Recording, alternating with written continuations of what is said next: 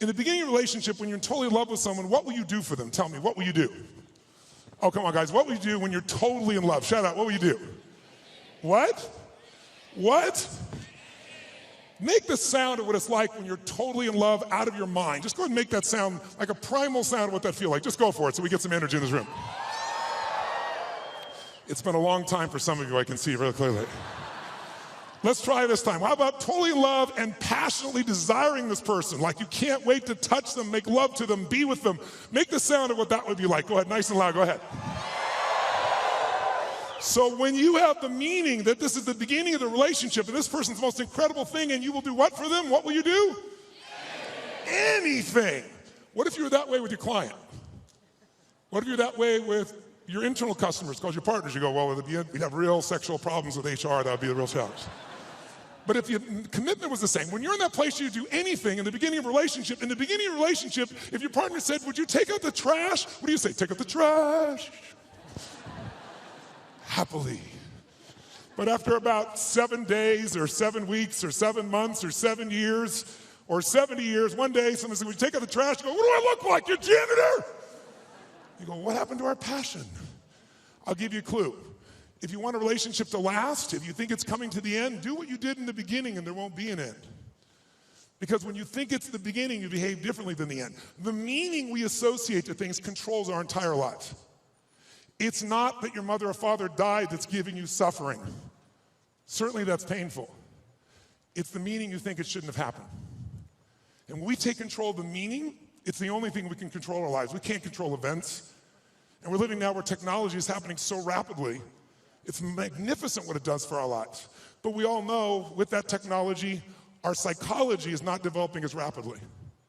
And as a result, the world's changing. And there are a lot of us that have learned to engage with technology and use it to maximize, most people in this room. But there's lots of people who use technology to disengage, to be harmful to themselves and to other people. It's not a one-way street. So I'm interested in how to maximize the psychology side. That's why I'm sharing this with you, so you can increase both your leadership skill, but who do you have to lead first to be effective, my friends? Who? Yourself. And so good to see. What's controlling you? Well, what I'm focusing on is controlling me. You can focus on something and make yourself crazy. You can focus on something and make yourself great. In this moment, you could be worried about Ebola, because we all know it's coming. People are freaked out all over the world. 36,000 people die a year of flu, and the whole world is focused on Ebola. Because the news is not designed to inform you, it is designed to startle you. Because that's how you sell things. So if you let someone else take control of your focus, your life will be in someone else's hands. So first decision is what you're gonna focus, second meaning. My father that day focused on he hadn't taken care of his family, and the meaning was, I know what it was because he said it out loud, then I'm worthless. Now when you come up with a meaning, it produces an emotion. And if you and I wanna look at the quality of our life, there's only a way to define it. One way really, that's real. How do you feel every day? If every day of your life you got $1 billion and every day you feel guilty or angry, by the way, nothing worse than an angry rich man or woman, isn't there? You just want to slap them, don't you? How do you have the right to be angry? But they find a way.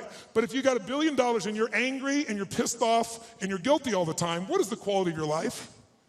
Angry, pissed off, and guilty. If you have nothing, I live in Fiji a portion of the time. I have a home there and a resort there and kind of 2 families of villages there that I interact with the last 25 years. And when you go to Fiji and you walk down the street or you drive by, people jump up and they yell, "Bula, bula, bula," which means welcome, be happy, we love you. And you drive by 5 minutes later and they jump up, "Bula, bula, bula."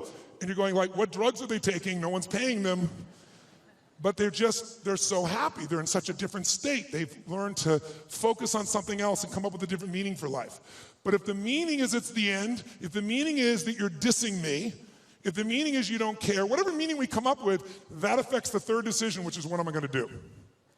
And what people do is based on the meaning, since the meaning creates emotion, right? You can be miserable no matter what you have, and you can be euphoric having nothing. We all know it's true. In fact, is it possible to learn to for example, all hell could be breaking loose around you, and you could just be sitting in a chair in this centered space, all hell breaking loose, and you could still feel great? Is that possible? Yes or no? Yes or no? Sure, but you and I live in a Western culture. Well, if you sit and bliss out, people come and take your furniture. So we have to be good at not only controlling the internal world, but our external world. And that's shaped by what we do. And what people do is based on their emotions and also their role models. So I thank you, Mark, and I thank all of you that are role models for people, where you show people that success does not mean taking, that success can mean truly growing and giving. That money, resources, and opportunity are things to be shared. They're things that are tools for a quality of life that you're able to enhance for people and for yourself and your family.